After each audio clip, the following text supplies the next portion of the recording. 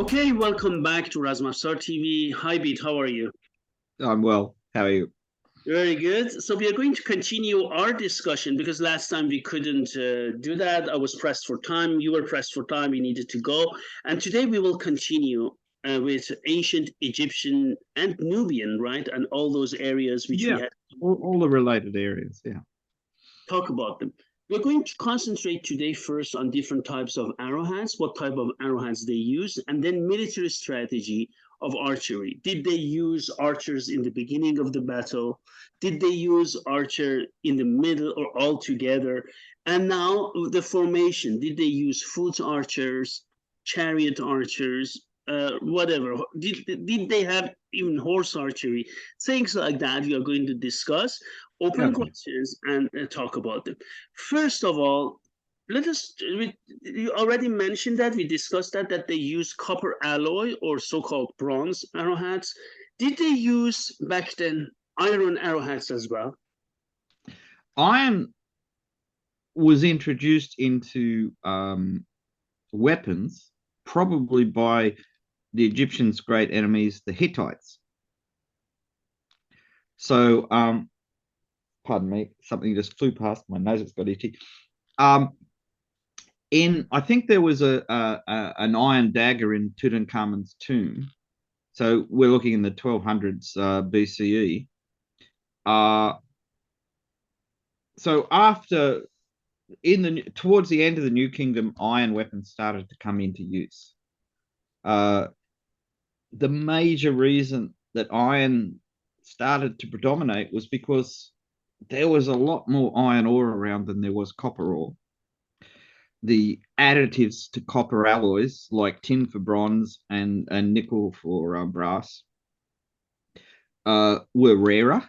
Bronze was quite an expensive material, and to shoot bronze arrowheads away. I mean, a bronze sword's okay, you can hang on to it, but Yes. arrowheads, they're gone. I mean, it's like throwing money away. So you could understand that if they could find a equivalent way, then they'd go that way. And it's an interesting point. People have done tests on wrought iron arrowheads, and if you're not shooting against armor, you're shooting against like padded cloth or something like that, and obviously animals and people. Sharpened wrought iron makes perfectly good arrowheads because you're not hitting repeatedly like with the sword. So, in a way, iron arrowheads are probably more practical than iron swords in the beginning before they knew how to harden it and turn it into mild steel or whatever they developed. So it's quite a good material for arrowheads, and the process of making iron that they would have been using in the early days isn't industrial. It's something that someone could do in their backyard. So I really think the big thing was working out you could use iron or how to make iron. Once they did that, you could, up until they could make a form of carbon steel, which probably was in the 8th or 9th century CE. And I might be wrong about that. I'd have to look it up because I didn't really I hadn't prepared for this. But on general principles, um, the general usefulness of iron is good from an economic point of view, a practical point of view because it works, um, and from a technological point of view, because once you've worked out how to smelt iron, you're fine. It's all over the place. Bronze could be made harder than iron until they managed to introduce carbon into the iron to make steel. So there was a period of overlap where bronze was a better weapon, but it was so much more expensive that nobody who's having large armies could afford it. And people like the ancient Egyptians had comparatively large armies. Um, there's a theory that when the Hyksos invaded Egypt and possibly brought in the Canaanite Middle Eastern way of war with chariots and composite bows and all that kind of thing, that they also brought in armor, because ancient Egyptian sculptures and that of the Old Kingdom and the Middle Kingdom rarely show soldiers wearing any kind of armor or even describing armor. So what we're looking at is people being shot at by arrows that only have to go through people's clothing, which means any shape, leaf shape, petit tranché, anything that was sharp would do damage. And so therefore there's this whole long thousands of years when people didn't have to think about penetrating armor. And the first armor that starts to appear is helmets. And helmets are useful, but more useful in hand-to-hand fighting than they are in fending off archers. The best thing for fending off archers is shields. Now, the ancient Egyptians knew all about shields, and they made quite effective shields. Their shields tended to be broad at the bottom, slight taper, and then a round top. And they could be made of wood, they could be made of leather, they could be made of wood covered with the leather. And, you know, with the basic equipment that was available, you could make pretty good shields. Because in those two dynastic periods, the Old and the Middle Kingdom, there wasn't a lot of armor around in Egypt or among their enemies, then infantry could move very fast. So the kinds of battles that they would have fought would have been entirely different, because you look at, say, the Zulu kingdom in the 19th century, where the Zulus and the other tribal groups that were fighting in South Africa and up into East Africa were using hide shields and spears and bows and things like that, but no armor. So therefore, the design of the arrows, the arrowheads, was different than it would be if you were going to get into a battle with somebody who's wearing armor. But come the New Kingdom, we start to see scale armor. And in the time of Tutankhamun, because one of his armored, I think there might have been a piece of another one, but definitely one of his armored jackets survived with its lacing intact. It's now kind of in pieces. And there's an ongoing study going to be published about all of the scales and how they fitted together and all that kind of stuff. So it's worthwhile to keep your eye out for when that becomes available to the public. There is some documentation on it, which is quite good. But that kind of armor, that was probably hardened leather armor. I mean, if you make leather, you've got to go to extra processes to make it soft. The actual process of making leather makes something that's relatively hard. The brain tanning or things like that they used to make soft leather is a whole different process. In Egypt, they were quite skilled. There's a lot of painted leather fittings on chariots and that have survived, and bridles for the horses and breast straps and that. They knew a lot about leather work.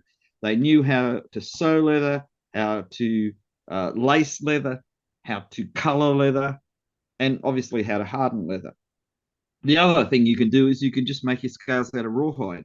Rawhide, as it comes out of the cleaning and drying process, is very hard to cut with a knife. I mean, I've got a hide in there, a goat hide, and goat is not, or maybe it's kangaroo, I can't remember now. These are not thick leathers. Sure. But cutting them, usually what you do to cut rawhide is you soak it. And when it's soft, you cut it. And then when it dries, you hope it dries in the shape you meant it to be. So once they started, I mean, let's assume in Egypt, with the climate, rawhide would be perfectly appropriate as a material because it's nice and dry, and the rawhide would stay hard. I mean, other people use rawhide for armor, and it worked perfectly well. In places where it was wetter, they tended to paint it with pitches or resins, like from tree resin and things like that, that were waterproofing. The other way is you take tanned leather and you harden it. The queer weeb procedure, which, let's be honest, there's about 3 ones that people use, 2 of which work, which is probably fairly high success rate. That produces quite hard, strong armor that resists steel weapons quite well. I mean, if you hack at it long enough, it'll fall apart. But it's pretty impressive for what it is. Generally speaking, leather armors can be made quite light. This is not always the case. The leather armor I made in the form of a lamellar armor that weighed about 12 kilos for full body armor, which isn't heavy, and it gave a lot of protection, which is what its purpose was. The Tutankhamun style armor is not a lamellar, it's sewn to a backing, but the rows of scales in certain parts of the armor are interlinked so that the 2 rows would work together. They have a cross-lacing pattern. So what we're looking at is quite an effective armor. There have also been bronze armor scales found from the period of one of the Ramses in buildings in ancient Egypt, showing scales of the same type. Now, this type of armor is thought to be brought in from the Middle East. The design is, and then the Egyptians just elaborated on it the same way as they did with the composite bows. So once you've got that kind of armor, you need a different shaped arrowhead. They tended to have stronger points. I'm going to see if I've got any pictures of them, because it's quite an interesting thing. The earlier arrowheads are very wide bladed, but in Tutankhamun's tomb, there were a whole group of arrowheads that were much narrower, with a very strong central rib, which I believe is a design. I just came across some Israeli javelin heads, which give you an idea. I've got lots of, there's lots of beautiful things that archers with their quivers and their bows. See, the bow is just like a triangle. Yes, exactly. It's like a triangle. And which book is it, Bede, again? This is the Art of Warfare in Biblical Lands by Yuval Yad. This is this Israeli scholar. Yes, I have this. Yes. Yeah. He was a general in the army before he became an archaeologist.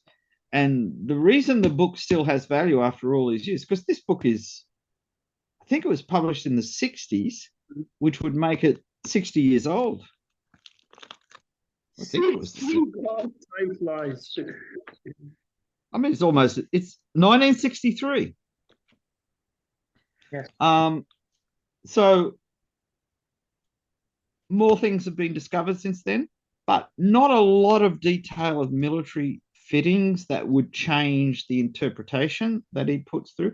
There are things that he didn't understand. He categorizes 2 types of composite bow in use in Egypt on the basis of what he saw. But in fact, there's not much evidence for anything aside from angular composite bows. The big problem is these bows look like a triangle when they're braced, but when you get to full draw, you can't see that angle, and it looks like a smooth curve. So the full drawn bow looks like it's a different type of bow. And I think that's understandable. At the time, there weren't too many reproductions of the bows that you could see what they look like. But yeah, the arrows tended to be longer, narrow, with a medial rib. In Egypt, I believe through the whole dynastic period, old, middle, and new, they didn't use sockets for the arrowheads. They always had tangs. Thanks. So I mean, if they saw an arrowhead like this, they would think, "Oh, that's weird. Why is there a hole in the bottom?" Whereas in Achaemenid Persia, because of their relationship to the steppe peoples, socketed arrowheads became very normal for a whole several hundred years. Before that, arrowheads like from Luristan and that were tanged. They didn't have sockets. Yes. But so what we're looking at is a change, probably associated with a particular cultural incursion. Whereas in Egypt, there's a clear progression. When you're shooting against people who aren't wearing armor, you use these arrowheads. When armor is introduced, you use the other arrowheads. There's a term used in Middle Eastern military history when they're talking about the ancient period. The armored chariot warrior is called, I think this is a Hittite or Mitanni word, Marianu. And these are characterized as professional warriors. They were armored. They shot bows from chariots. Chariots generally had a two-person team, a driver who controlled the horses, and a warrior who did the fighting. And as far as we can tell, the chariot use in the Middle East, the chariot was a mobile missile platform. Its design was specifically so people with bows and javelins could move very fast, attack, turn around, and go away. In a lot of 19th century historical works, relying on Caesar's descriptions of the Britons, they saw chariots as battle taxis. They took you to the front line, you got out of the chariot, you fought, and then when you were tired, you got back in the chariot and you went somewhere else. This is clearly not what was happening, because there are literally thousands of images from the Middle East of people shooting their bows out of their chariots. That's what they were doing. And I mean, they've made reproductions of chariots based on chariots taken out of tombs, and people have gotten them. The famous video presenter and historian Mike Lodes is. Yeah, I saw that. Yeah, Lodes. Yeah. Yes. And I mean, there's several things. I mean, when you see chariots in movies, there's a lot of space in the chariot. But when you see real chariots, the front to back of the chariot is about 45 centimeters. There is virtually no room. It's about 1 meter wide and about half a meter deep. And there's two people. Is Mike Lodes? Sorry?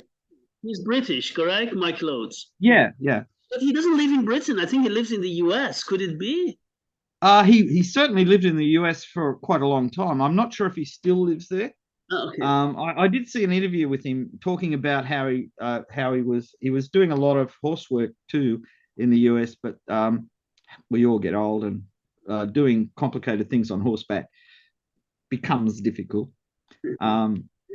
But he actually went out and did it. The chariot that they made worked really well. He actually did one with a Chinese chariot too, which was an exceptionally interesting thing to see. The construction was beautiful.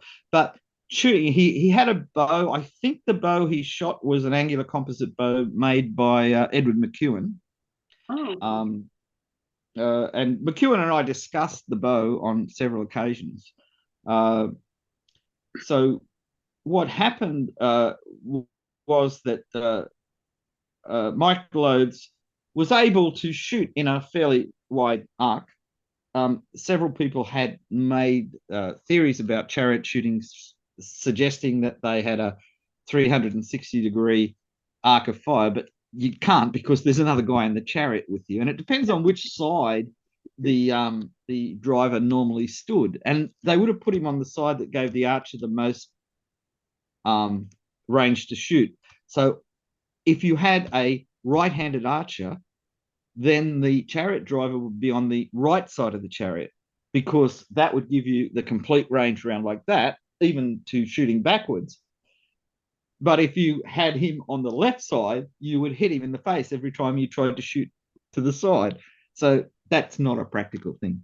So you can work, I mean, you don't have to be a genius to work these things out. This is just obvious, practical, empirical stuff. Yes. But chariots had advantages as a platform for archery. I mean, you know, we think in terms of mounted archers, because when mounted archery was introduced, chariots disappeared, with exceptions of the famous scythe chariots that the late Achaemenids used. The thing about mounted archery is that because for the first, let me think now, at least the first 1,000 years of mounted archery being used as a military thing, they didn't have stirrups. And without stirrups, mounting with lots of equipment becomes difficult. So you tended to have less equipment. And I mean, it's not impossible, but it's, we often think, oh, well, you know, you can have a mounting block and get on the horse and you don't have to leap up onto its back. But what if you fall off in battle, which is very common when you don't have stirrups? You got to get back on and you don't have a mounting block. So therefore, you had to be able to leap onto the horse with all your equipment. However, when you're in a chariot, and chariots show this from end to end of Eurasia, you could have several quivers mounted on the chariot. You could have containers for javelins. Often there's quite a while ago, the bowmaker I told you about, Junkmans, Jürgen Junkmans, sent me a picture of a Assyrian bas relief where the quiver had a battle axe stuck in it. Because these are big, solid quivers. They're not like something that you have, it has to be light enough to throw over your shoulder. This is part of a vehicle. And so therefore, there was all kinds of things. Sometimes they carried lances, which were, you know, used for defending the people in the chariot, because the lances were very long, and not like a horseman's lance, more like a pike. So there's all kinds of things like this where chariots had great advantages in certain areas. Certainly the things you could carry in that, but chariots were really light. Even the big Assyrian chariots, one person could carry the chariot on their shoulders. There's actually bas reliefs of people going through hilly country and people carrying the chariots. Yeah. Sometimes one person. Yeah.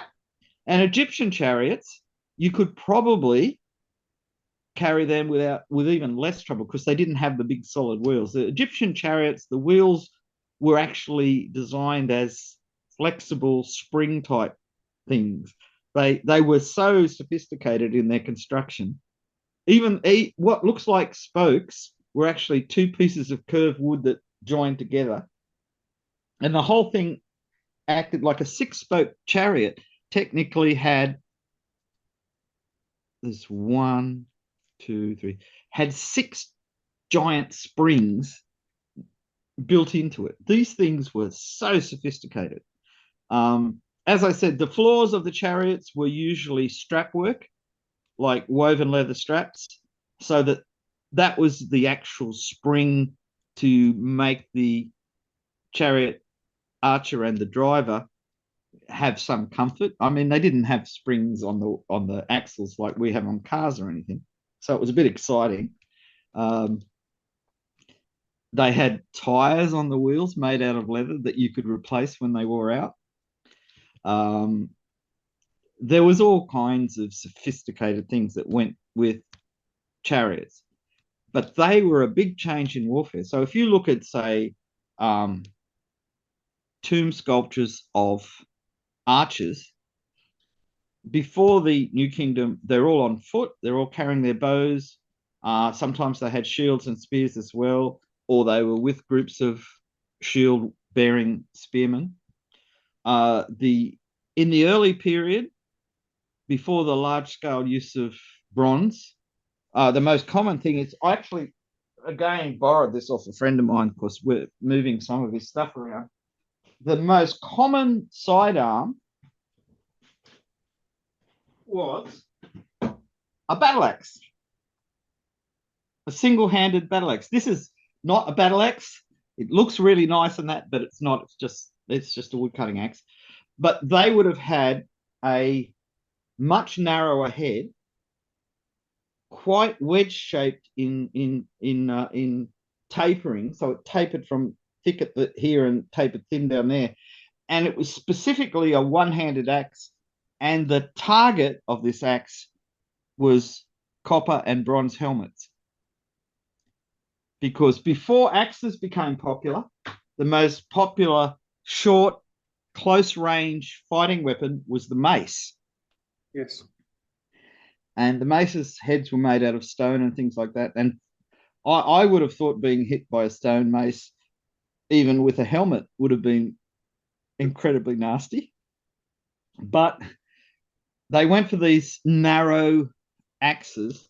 I'll see if I can find an illustration of one, because they were just, really practical. Here's a Semiarcher. Yes. Carrying his axe and his bow. And you might notice that bow was deflexed at the tips with a very low brace height. Actually, on the other page, there is an axe head from an excavation and a drawing of the person in his grave. Oh, I see. I think that's what they call a duckbeaked axe head. But you see, they're piercing. They're not cutting axes. Before they were worried about that, the axe heads were what they call Sigma axe heads. They're long and slashing weapons.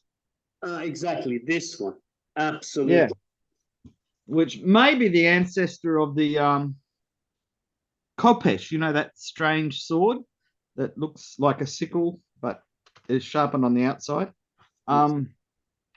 So there's a lot of early evidence, and these are colored drawings taken from the originals.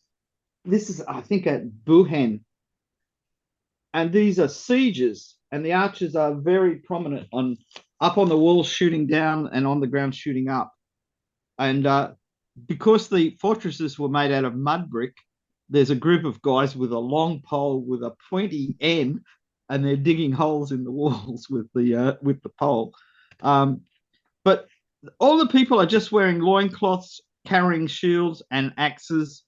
The bowmen, well, they've got some Nubian archers. Judging, I'm only going on the color of their skin, which may not be right, because the color of their skin, see up on the top corner, there's a group of archers, somebody stringing a bow, yes, all this kind of stuff. Now, these battles took place in Nubia, so it's quite possible that they're actually Nubians. They have slightly different hairstyles than the other people.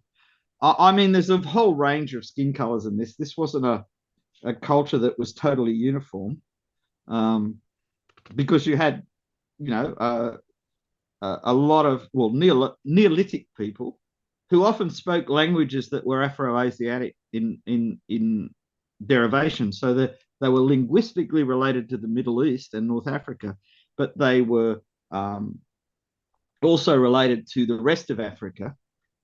So that's quite it's much too complex a situation to go into. Here are some pictures of actual archers. This is Middle Kingdom archers. Again, you see this is a self bow with a very low brace height. He's holding a bundle of arrows in his hand. They would have been clearer in painted ones.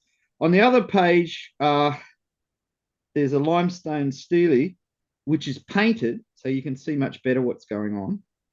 And there's a group of wooden figures from the tomb of Meseti in Asyut,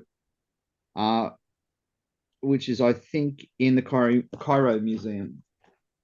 So if you see up the top, you can see an archer, and down below you can see models of bowmen. Yes. There was like a formation in the tomb of these painted wooden models.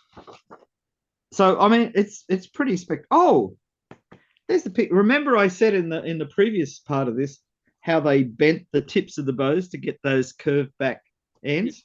Well, here on the bottom is a drawing of a relief, and one of the men is bending the tip of the bow over a piece of stone, yes, shaped for the purpose. It could be a piece of wood, but probably stone. Yeah. So the really wonderful thing about ancient Egypt is they documented things with paintings and carvings, and they wrote things down about what was so wonderful about, you know,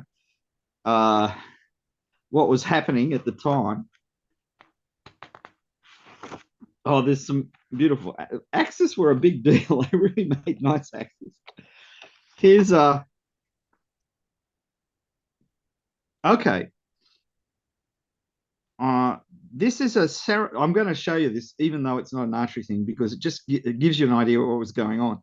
Ceremonial axe presented to Queen Ahotep by her son, King Ahmoset, founder of the 18th dynasty. This is the beginning of the New Kingdom.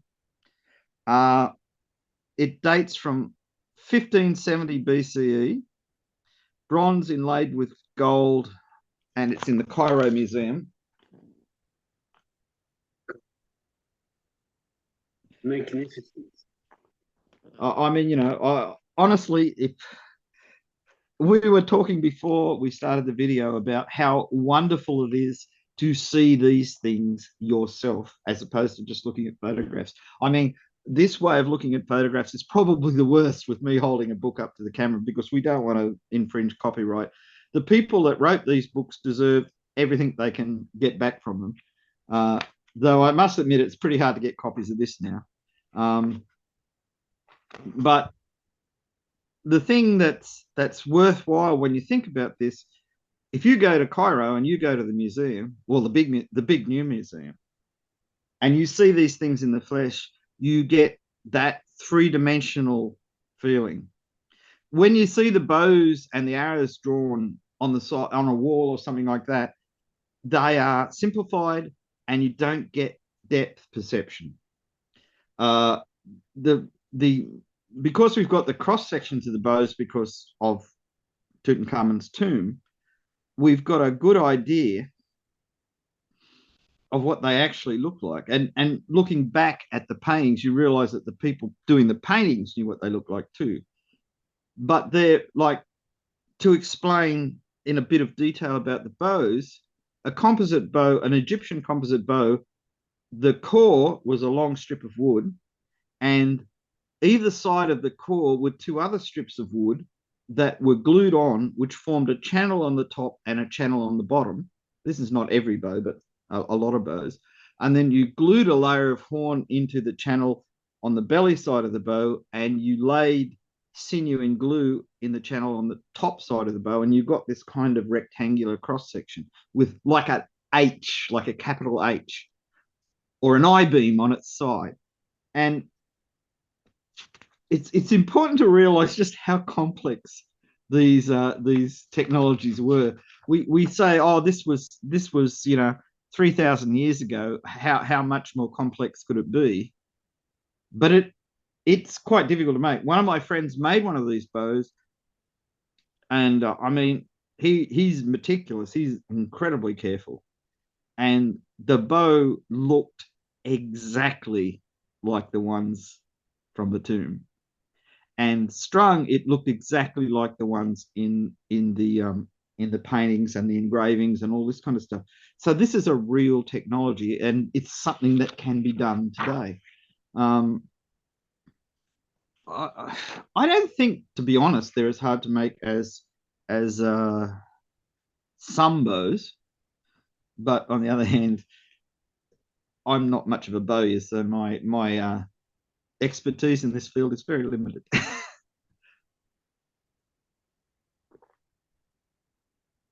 Speaking of armor,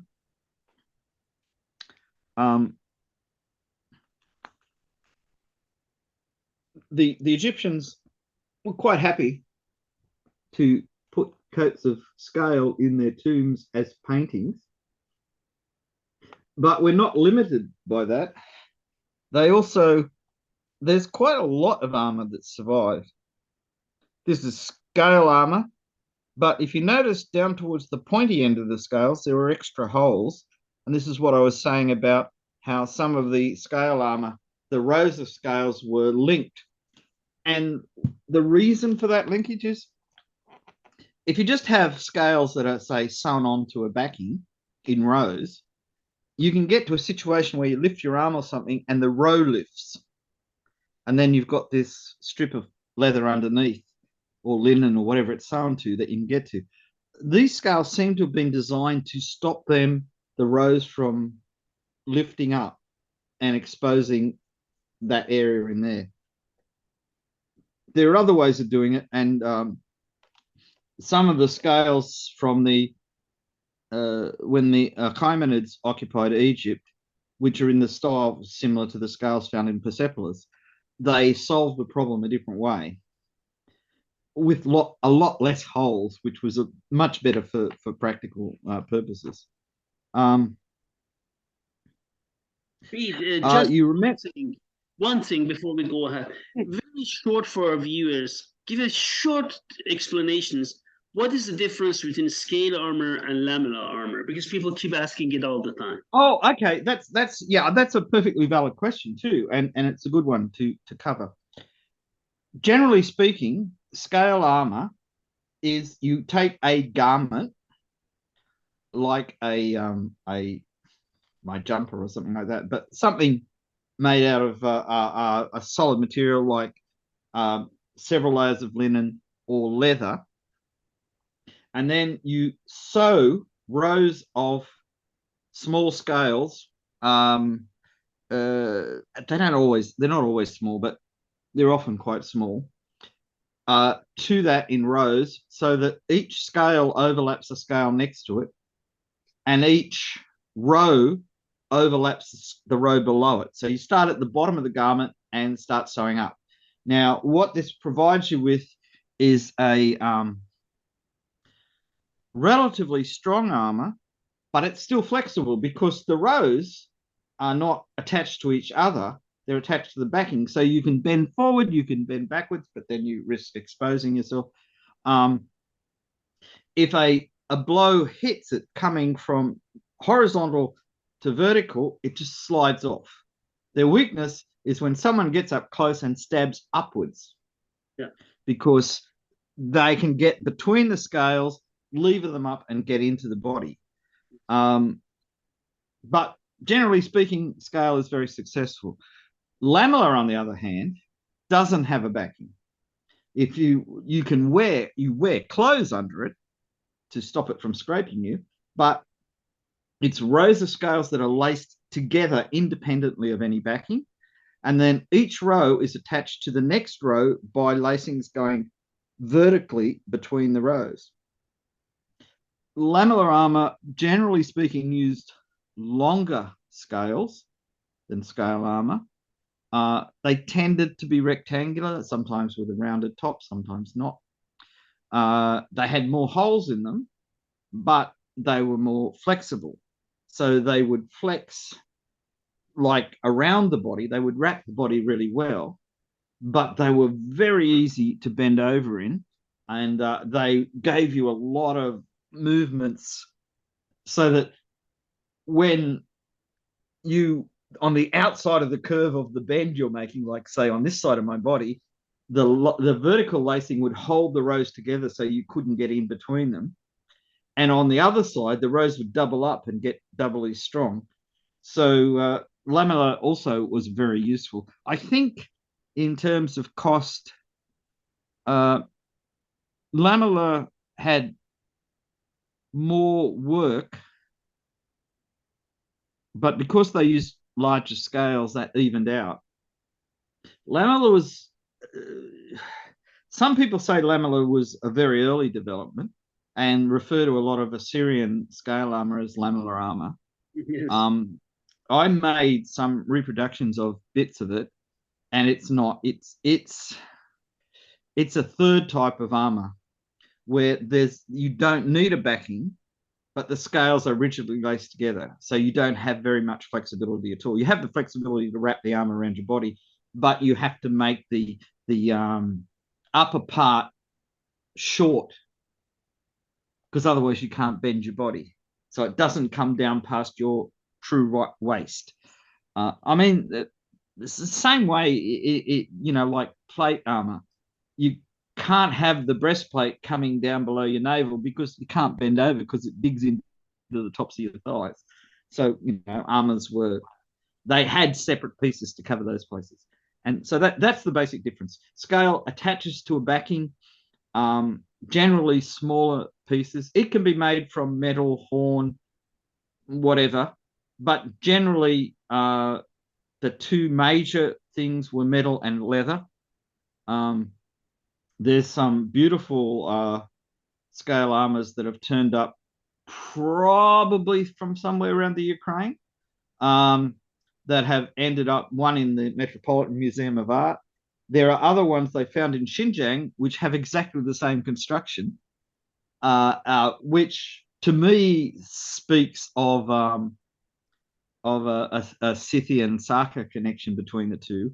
To other people who are much more knowledgeable than me, they think there's a central Assyrian influence on these that went in both directions. But I really think that the Assyrian scales are a different style and pattern. So that's for another day when we can sit down. And I know, like I'm email occasionally one of the authors of the paper that made this, and I'd love to talk to him before I said anything, because he might know things that aren't in the paper that make it much more certain. Now I'm going to show you a group of servants carrying a bow case and various other objects, which has a particular Australian context. The blue bow case is like the one we showed you from Tutankhamun's tomb. Yes. Notice the boomerang? Yes, I do. Yeah. I'd almost put in the sandals look like what Australians call thongs and what everybody else calls flip-flops, but we wear a lot more of them than you guys do. What do you say to them in Australia? In Australia, we call them thongs because they have. I didn't know that. This is funny. Yeah, and my American friends think it's hilarious because what Americans call thongs are in fact what we call G-strings, and are a piece of underwear rather than something you call them. Excuse me, I was just saying, why do you call them that way? Because the first thing came to me, right? Exactly, that's what I said. Why do you call them that way? Okay, that's it's the thong that goes over your foot and between your toes. That's how they have another name in New Zealand. I think they're called jandals in New Zealand. So that's unbelievable. That was it's hilarious when you think about it. But in that, the guy carrying the boomerang and the bow case also has a quiver at his side. Yeah. I think that there might be a animal tail attached to the quiver. In the remember those little dangly pieces on the Achaemenid quivers? Yes. I don't know if this is. It might be something else he's carrying. But if you have a really close look, the quiver is at his back, and there's a little tail hanging down there. I wonder if it's a quiver decoration. That would be interesting, and linked together with the other thing. This is. I mean, when we use things we have copyright with, we can put them on the side of the screen, and that's a lot more interesting than this. Now, one of the things that we were going to talk about, we mentioned the training, and this is a draw. This painting at the bottom is taken from a painted bas relief. Yes. And the reason that they use drawings is that the original is very degraded now. It's very hard to see the details that they could see in the old days.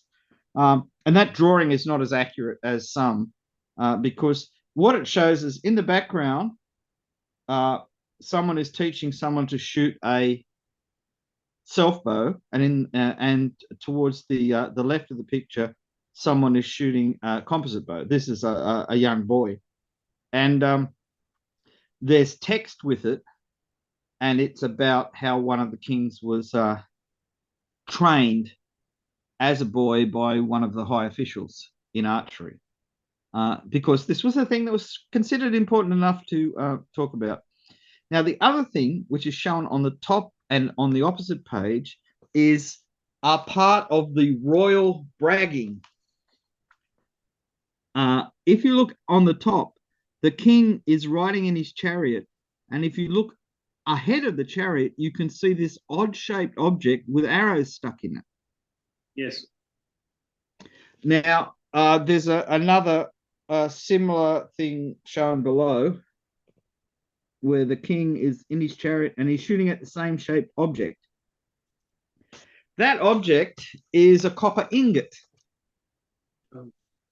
And the text talks about how various kings, Amenhotep II and Ramses II, shooting either on foot or from their chariots at copper ingots and shooting arrows that pierce all the way through them. Now, the problem with that is, if that was a copper ingot, it would be that thick, and nobody can shoot an arrow through something that thick made out of copper. It doesn't matter how good the bow is or how godlike the king is, this isn't going to happen. But the text always specifies the thickness, and it's usually 4 fingers. Now, my theory is that the word they're using for thickness, they're referring to the width rather than the thickness, because nobody could shoot through that thick. But it would be a really major event if you could hit a target that was that wide from a chariot. And if it was thin, then maybe you could shoot arrows through it, you know, 0.5 millimeter or something like that, and annealed, soft, because you wouldn't want to shoot it at a hardened copper thing. So my guess is that's what it really is. Now, whether the king told everybody that it was a thick one or whatever, you know, it could be, because kings were very good at telling you how good they were at doing stuff. That was part of the early form of, you know, propaganda. But it's interesting. I would think that it's more important to shoot a narrow object and penetrate it than it is to shoot a thick object which you couldn't possibly penetrate. Absolutely. Absolutely. And the reason, my guess too, is you'd want a thickness around about the same thickness as your armor scales if you were trying to prove how dangerous you were. So maybe that's how it started. There's a very in Decker's book, Sports and Games of Ancient Egypt, there is a discussion about this shooting at copper Is this ingot. originally in German? Yeah, it was originally in German, and it was called, let me see, I think I've got the name of it here. The original book is called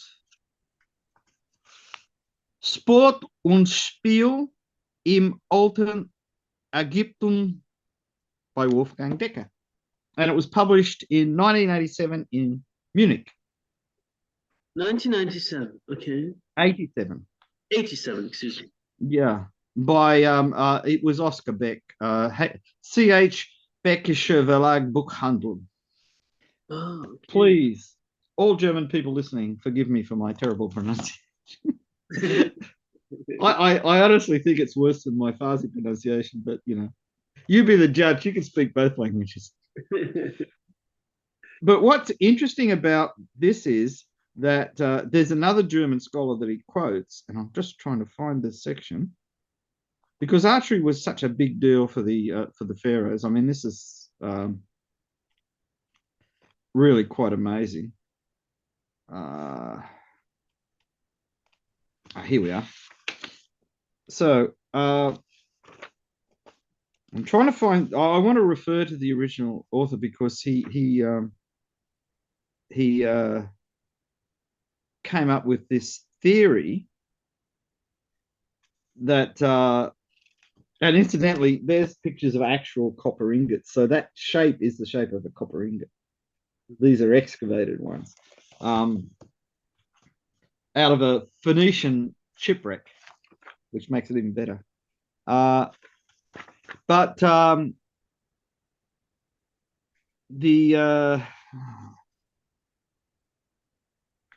so determined that this author gets his due. The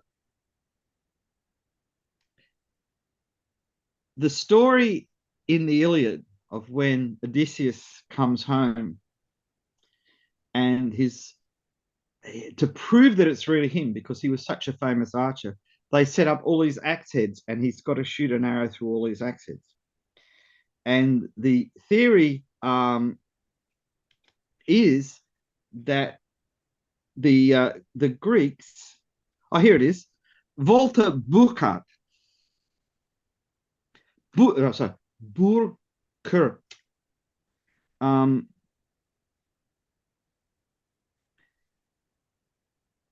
So they suggest that the Mycenaean Greeks, knowing about these contests of shooting at copper ingots, picked up the story and changed it around to being axe heads instead of ingots. And that, I mean, people have been trying to duplicate this for the last, 3 or 4 decades. And of course, it's so difficult that it's hard to believe anyone could do it. The most likely thing is it's a transformation of an earlier story, which is in itself really difficult to do. But it reminds me of those Persian manuscripts and manuals.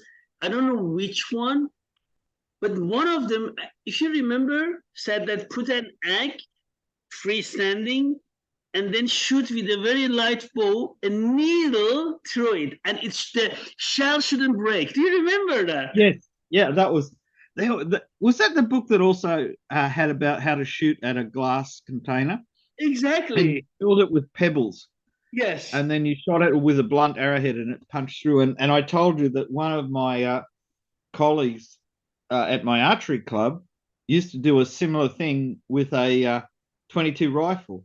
You would file the bullets flat, because if you used a pointed bullet, it would shatter. But if you used a flat bullet, it would just punch a neat hole through it. And I haven't tried this because I've got arrowheads that are perfect for it. But when you did the translation, we were working on what he was really talking about.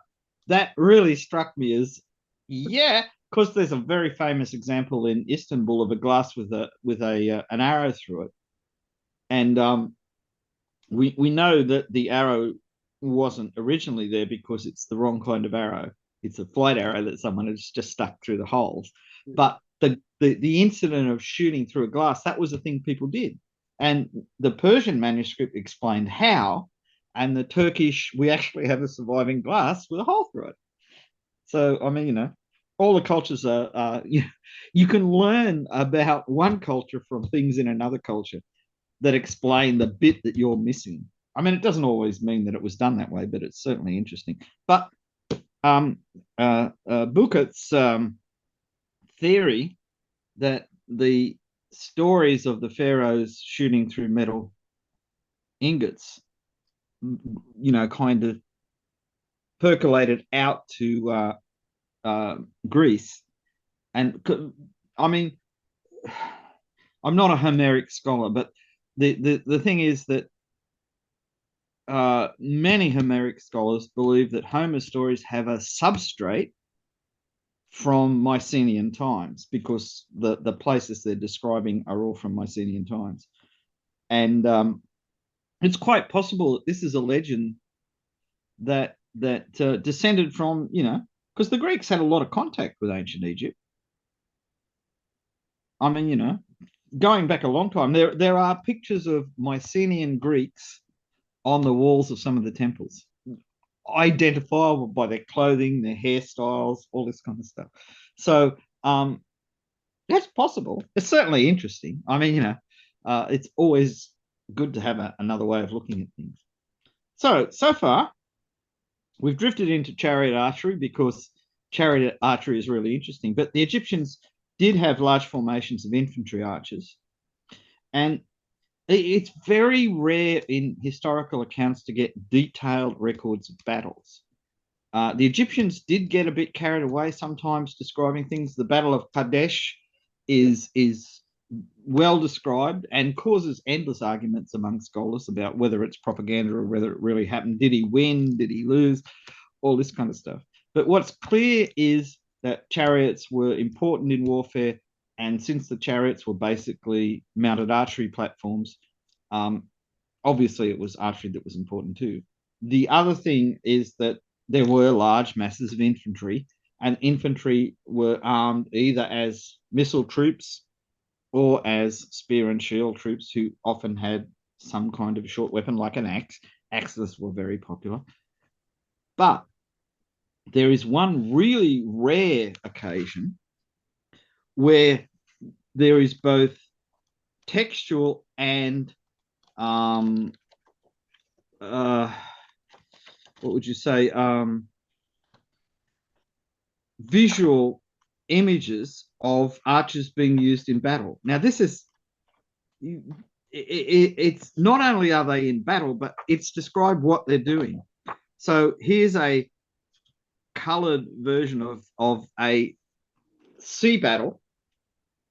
This is, again, these are archaeologists' drawings based on looking at the original colors and that before they faded. And what you can see is on the ships, there are archers and there are people with shields and swords and all kinds of things.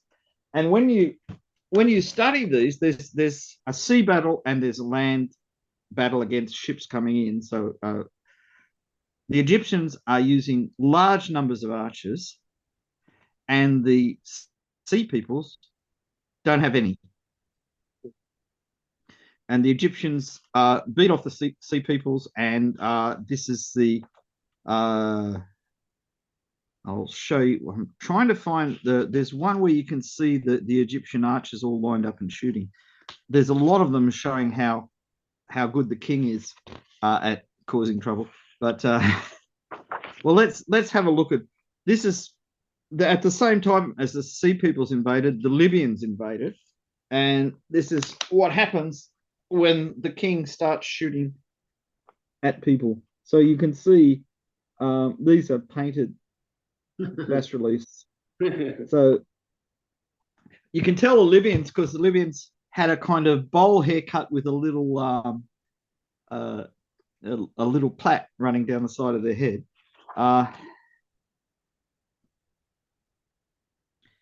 This is a line drawing. These line drawings are sometimes clearer. This is the full battle with Ramesses III and the Libyans.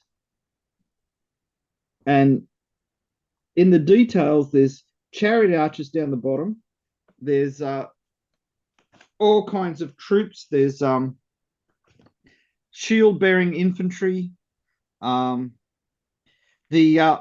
Weirdly enough, the pharaohs recruited mercenary troops from the sea peoples called Shreden, and they fought with long swords and shields, round shields, which was an innovation in Egypt because the Egyptians didn't use round shields.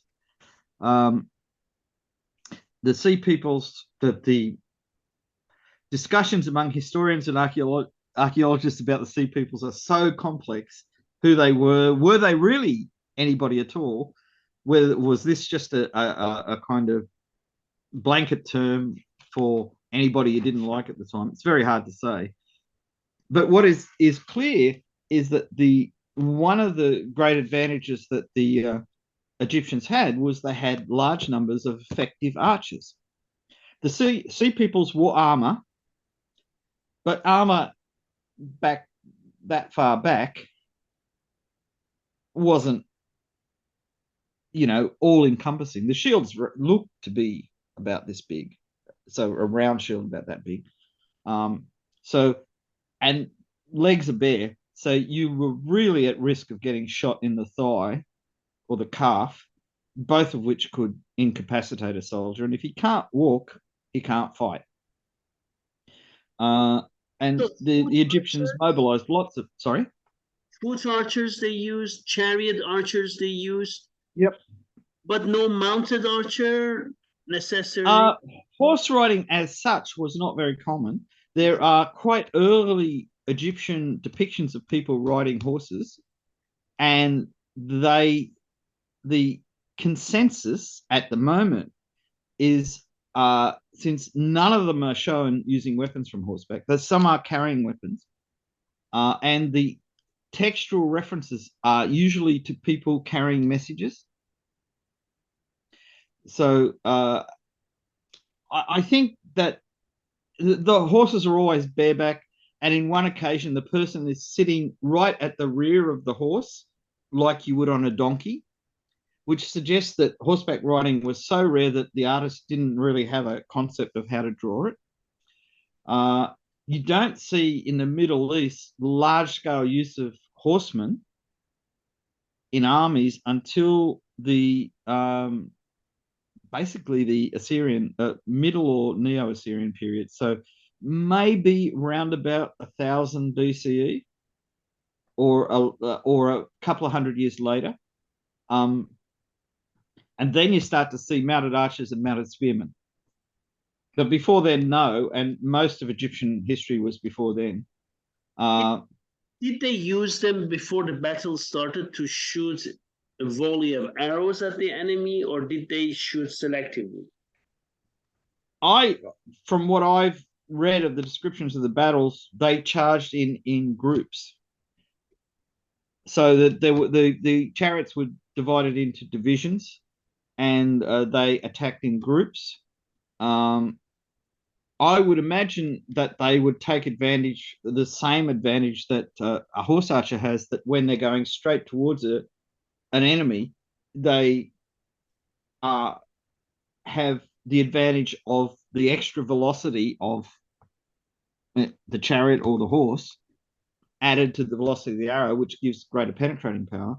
They also have the ability to concentrate their fire on a small area and then move away before the reinforcements can come in.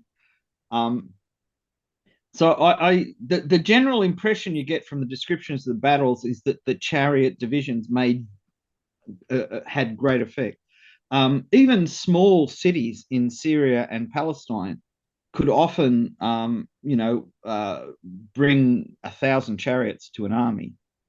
And, this is an immense expense. One of the reasons that chariots died out was that after the Bronze Age collapse, yes, nobody could afford to have big chariot armies. The Assyrians maintained them, and the Egyptians still had them, but they were gradually just too expensive to run, because you had to train the horses. 2 horses in the beginning. Later on, like the Persians and sometimes the Assyrians used 4 horses. The horses in Egypt were quite small, so chariots were a good way of utilizing small horses. Once horses got bigger, it was easier to put a person on their back. So the costs of running a chariot are, you've got to have your horses and train them, so you need a trainer. You've got to have a driver or charioteer, so you need a specialized person who is an expert at controlling horses. You had the cost of the chariot itself, which would not have been cheap because it's a very high-tech piece of gear, and all the bridle leather and all this kind of stuff. Chariots were usually stored without their wheels, because if you stored it with its wheels, these wooden wheels would gradually go oval, and then you would have a chariot that did this. And so that you had to have special villages and that specifically for storing your chariots when they weren't in use. So I think in the Bible, they talk about cities of chariots. So in the Solomonic period, that places like Megiddo and places like that would have had large stables and chariot workshops and everything for the building, maintaining, and repairing of chariots. So it was a big deal. There's a lot of money involved, and as I said, after the Bronze Age collapse, maybe they weren't having large-scale battles, so chariots weren't as important. And it would only take 100 years, and you wouldn't have anyone that knew how to make chariots properly, and it would just go out of use. So it's one of these things that people, as they do more archaeological work, they will find more evidence, and they might find that there's this hiatus where there is no chariots, and then the Assyrians, probably prompted by the Cimmerians and the Scythians, introduced horse archery, and my guess is that horseback archery was probably already common in Western Iran because of the down the Zagros area, and that there were people had been migrating down there for hundreds of years. Yes. And they probably brought a lot of these skills with them. I mean, they still use chariots if you're rich enough. I mean, chariots very impressive looking. But a horse archery is much better investment. You could have a lot more of those for your gold or silver than you could have of chariots, because the sheer physical cost of building a chariot and then having all these people to maintain it. But for, what was it? I would say probably from the 1500s BCE up until, well, the Assyrians were using chariots effectively well into the 700s. So even though they had horse archers and spearmen on horseback, lancers you might call them, they still had chariots. And we know that the Greeks report that Darius III used scythe chariots, a very problematical thing. And I think some of Alexander's successors also deployed scythe chariots when they were fighting the Romans. So they're a different thing. I don't think that they're, aside from being a two-wheeled cart, I don't think they have a lot in common with the original chariots, which were a weapons platform. The scythe chariot, in a way, was a projectile propelled by horses. So it's a whole different thing. Okay, Bede, would you like to add anything to our discussion? It was very interesting. Thank you very much. Would you like to add anything to our discussion today?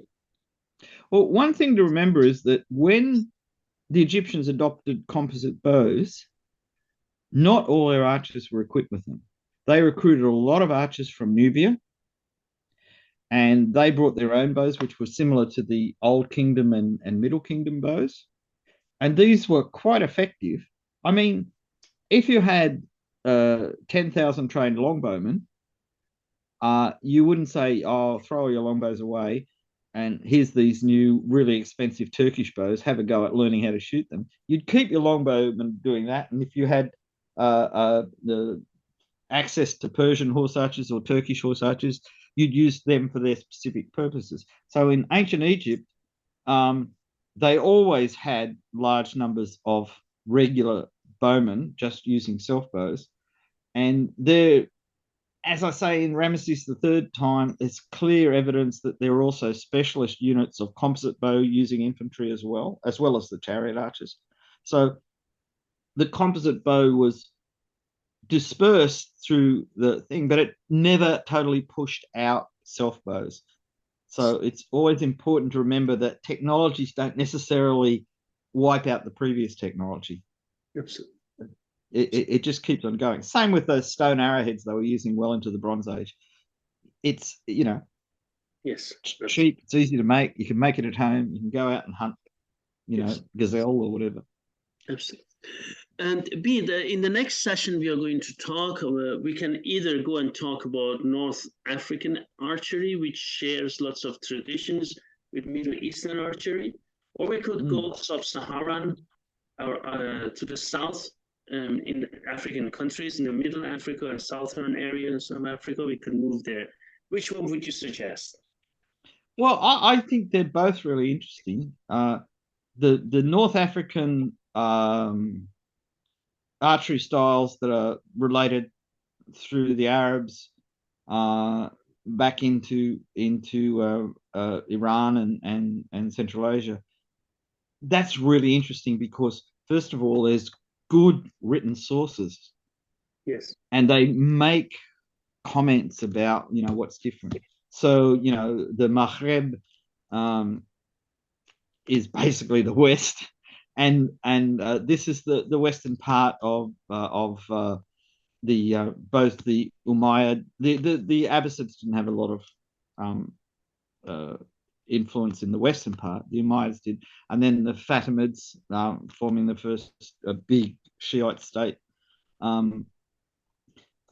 Ruled Egypt until Saladin. So there's a lot of material, and Egypt, when it's no longer ancient Egypt, still is prominent in archery in the new styles.